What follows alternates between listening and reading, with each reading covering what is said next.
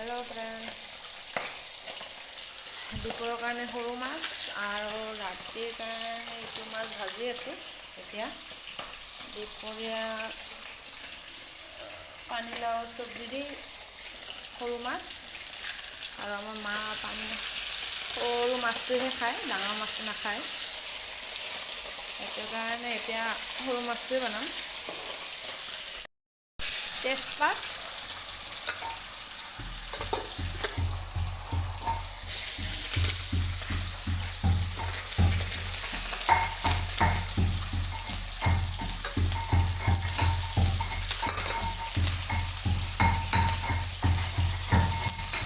ভাজি আছোঁ এতিয়া।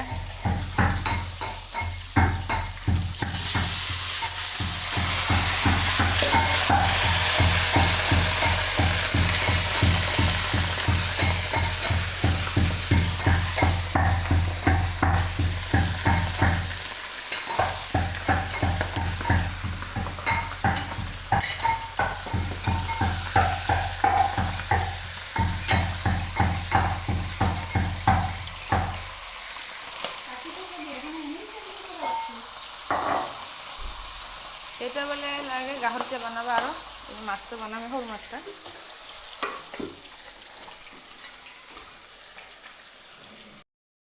এতিয়া এইটো হৈছে ভাজিলোঁ, পানী দিলোঁ, পানীলৈতো অকণমান দিছোঁ পানী, ইমান নহয় আৰু এতিয়া মাছটো দি দিওঁ।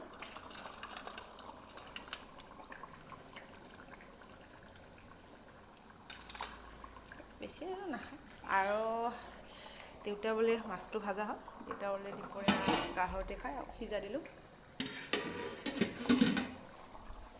আৰু এইটো ৰেডি কৰি আছোঁ গাহৰিৰ কাৰণে। এইটো হ'লে আৰু তৰকাৰীটো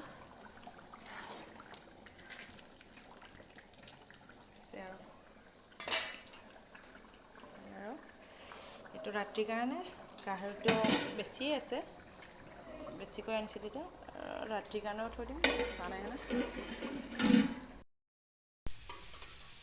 পিঁয়াজটো ভাজা হৈছে, আদা ৰহুন দিলোঁ।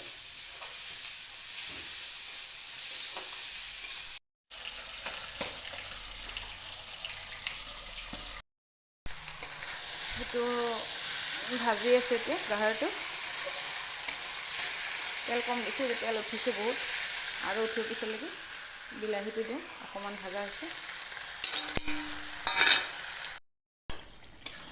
এইটো হ'ল গাহৰিটো ৰন্ধা হ'ল।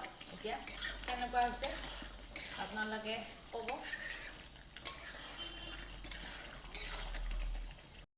দেউতা তিত কেৰেলা পিটিকা খাব দুপৰীয়া বোলে, সিজা দিয়াটো দেউতাৰ কাৰণে খালি।